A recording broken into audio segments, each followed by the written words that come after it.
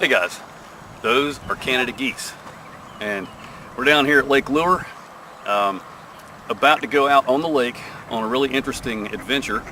And I can try to tell you about it, but I'm going to let my friend Clint Calhoun tell you about it, because this is what he does, and he's invited me along to go along on this. I don't really know what to expect on this adventure, goose egg oiling. So here's Clint, and I'll let him tell you more about it. Hello folks, I'm Clint Calhoun. I'm the Environmental Management Officer for the town of Lake Lure. And as Steve said, we've got quite a few Canada geese out here. And Canada geese are a native migratory goose species that all people are familiar with, but what a lot of people don't understand is that we have two types of Canada geese. We have migratory Canada geese, which spend their summer months up north in Hudson Bay, Canada. And then we've got the non-resident Canada geese that spend not only their summers but also their winters here in the south.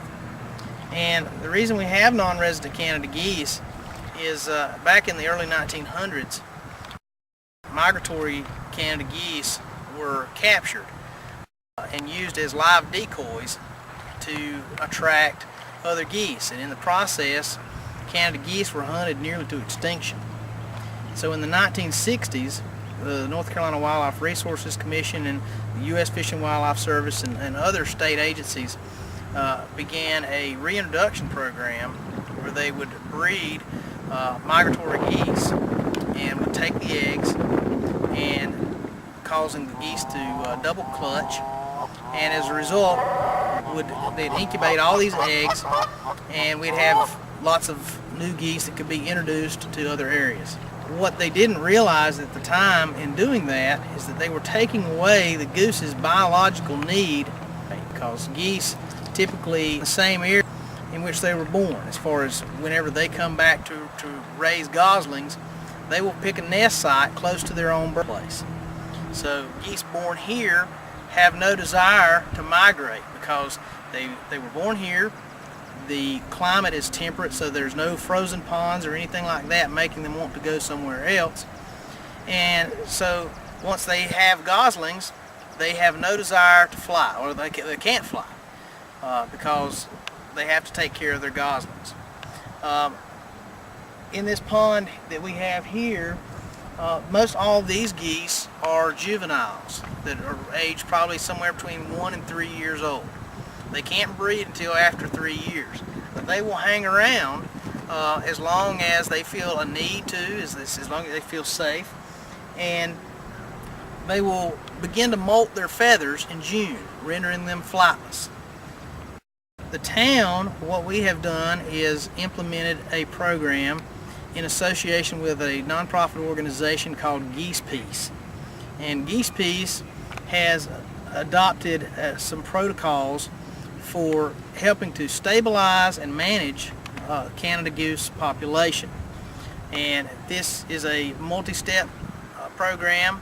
The first step is nest location. So we spend the early part of April to about almost the 1st of May locating nest sites and oiling eggs.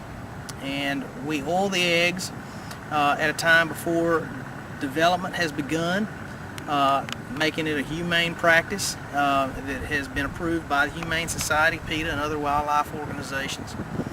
And once those eggs are oiled, they won't hatch. And after the pair realizes that they're not going to be successful, hopefully they will fly away. They will go on what's known as a molt migration, where they will fly to a more favorable location so that they can shed their flight feathers. And we hope that that location will not be Lake Lure. To assist them with their molt migration, in May we will begin site aversion techniques, which is where we will have a dog, most likely a border collie, that will come out and will chase the geese away, causing them to fly to water. And then we'll put the dog on the boat and we'll let the dog chase the geese from the water.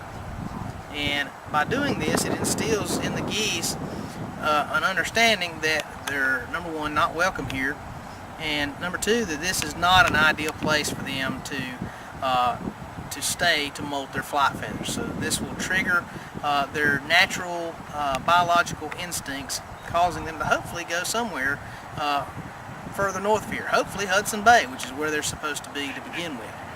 So in our adventure today, we're going to be going out, we're going to be oiling eggs, and you'll actually get to see how that process works and what we do and how we encounter the geese.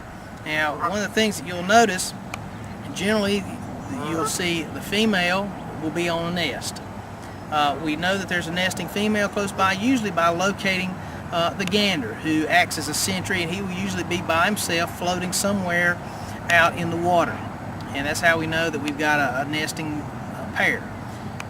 Once we locate the nest, we use techniques to get her to get off the nest. She will try to defend herself. In her mind, we are predators just the same as anything that might attack the nest. But once we have her off, the gander may come in and try to help her in defending the nest, and that's why we work in groups, so that we've got one person that can defend while the other person actually does the egg oiling.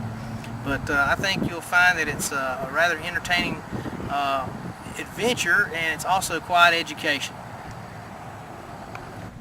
As you see here, these Canada geese, they're over here eating grass, and contrary to popular belief, this is the diet of Canada geese. They're grazers just like cattle or sheep or anything like that. They don't eat a lot of fish or anything like that. They like this fresh grass. You can see this is all new grass that's been recently sown, and they're just out there munching away. And they can actually, in numbers like this, or in greater numbers, they can actually do quite a bit of damage to lawns and landscapes. And also, geese tend to poop a lot. In fact, just to be kind of blunt about it, they're pooping machines. Everything they eat, it gets processed and it comes right back out, and it makes quite a mess. So not only does that create an aesthetic issue, it can also create a water quality issue as well. Nobody likes to swim in waters where there's a lot of contamination. You can get some bacterial issues and things like that. So it's not a good thing to have them like this. Also, what happens too is we get people that come and they want to feed the geese because they think, well, the geese are hungry. But obviously you can tell they're well fed. They're not hungry because you can see how well they're eating and how much grass there is out here for them to feast on. In fact, when people feed geese bread and other high protein foods, it's actually can be detrimental to the geese in their health, because high proteins can actually hinder feather development and can interrupt some other biological processes. So when people are feeding the geese, they're not actually doing them any favors.